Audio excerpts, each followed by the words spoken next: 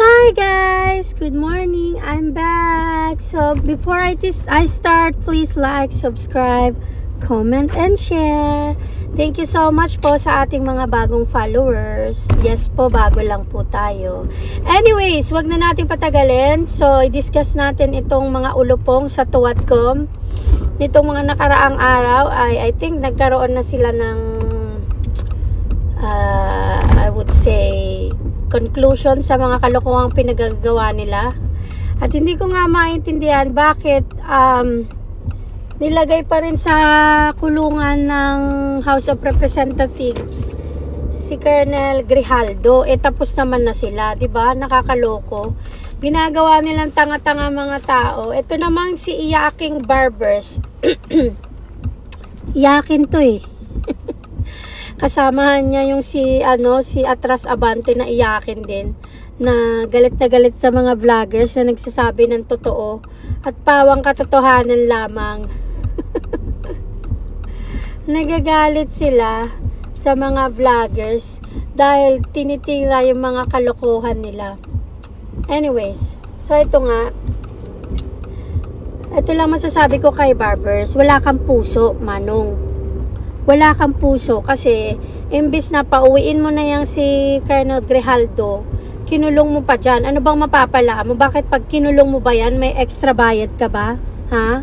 Ikaw Iyaking Barbers, kinulong mo pa rin. Bakit ano bang mapapala ng taong bayad dyan pag kinulong mo yan? Uunlad ba ang Pilipinas pag kinulong mo yan? Mababawasan ng paghihirap ng mga tao, bababa ang bilihin pagka kinulong mo yan si Colonel Grijaldo. Tanga ka talaga yan, bobo mo eh, wala kang puso. Tapos nag-e-expect ka ng pagrespeto ng mga vloggers at taong bayan sa'yo. Paano ka re-respetuhin eh, wala kang ang puso? Paano ka namin bibigyan ng paggalang? Wala kang puso, sarili nyo lang iniisip nyo. Kung hindi man pumunta si Grijaldo sa mga hearing nyo, alam nyo na yun. Dahil yung hearing nyo, hocus-pocus lang yan eh. Mga kung ano-anong kalokohan lang dinidiscuss nyo dyan. Pinapapunta nyo doon para ibuli nyo na naman. Para dikdikin nyo at pasagutin nyo ng yes or no. Ang bobobo nyo talaga eh. Alam nyo bang Lunes na high blood ako sa inyo. Pero syempre, hindi kayo magtatagumpay. Dahil pag na-high blood ako, baka pumangit pa ako kagaya nyo. So yun nga. Atong si Barber sana to maranasan niya. Hindi lang siya, silang lahat ng mga nasa Tuwadcom, si Abante, Dan Fernandez, Paduano, Acop, sino pa ba? Chihuahua, sino pa? Si Raul Manuel Nabading, tapos si Luis Trocastro, si Franz, Franz Castro pala, at itong si Luis napaghalo-halo ko na yung mga hinayupak eh. Tapos meron pa dyan si Suarez at may bago pang isang Tabachingching doon na hindi ko alam apelido niya. Actually Tabachingching din ako pero hindi naman ganyan ugali ko. So yan.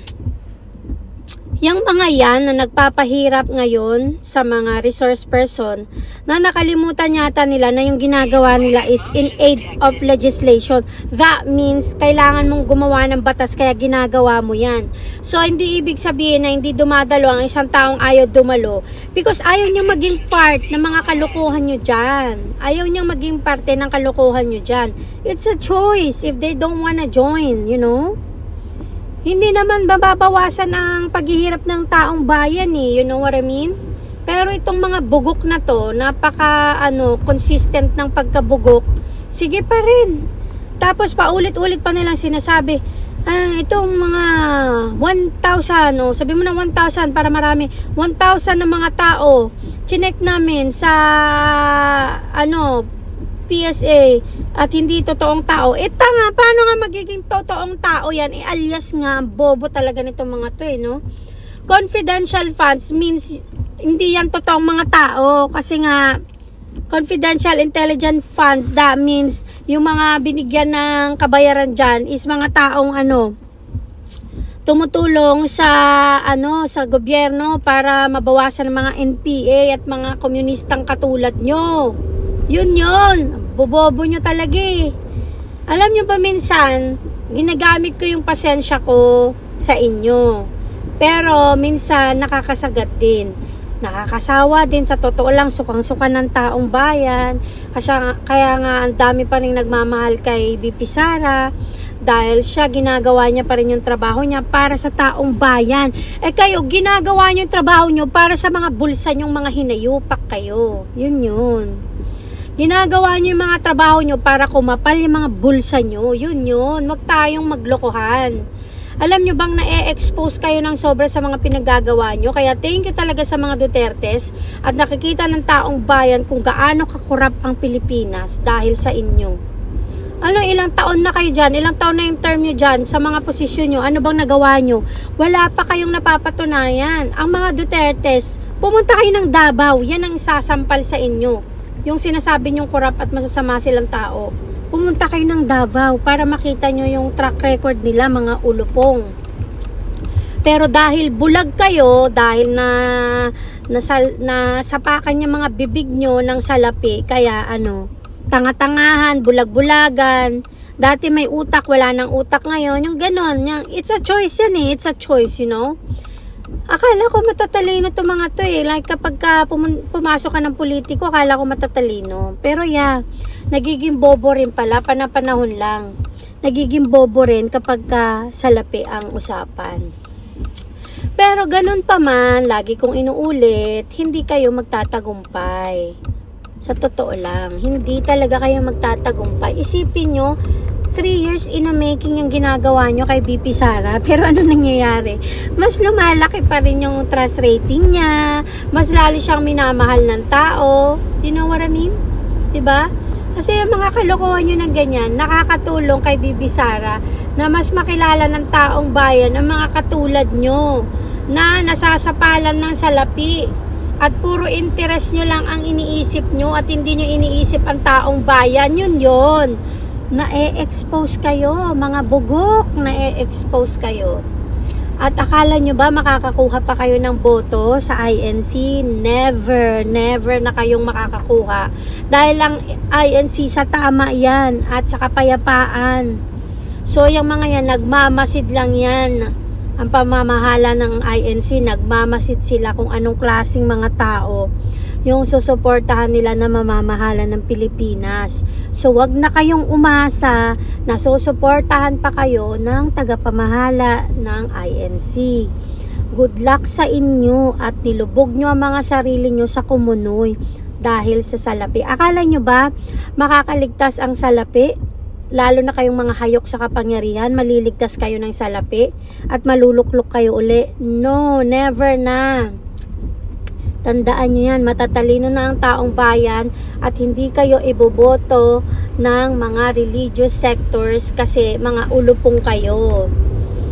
Ang mga yan, para sa kapayapaan yan, may ilan lang na nasasapalan pa din ng pera, pero mas marami pa din ang matatalino na, okay?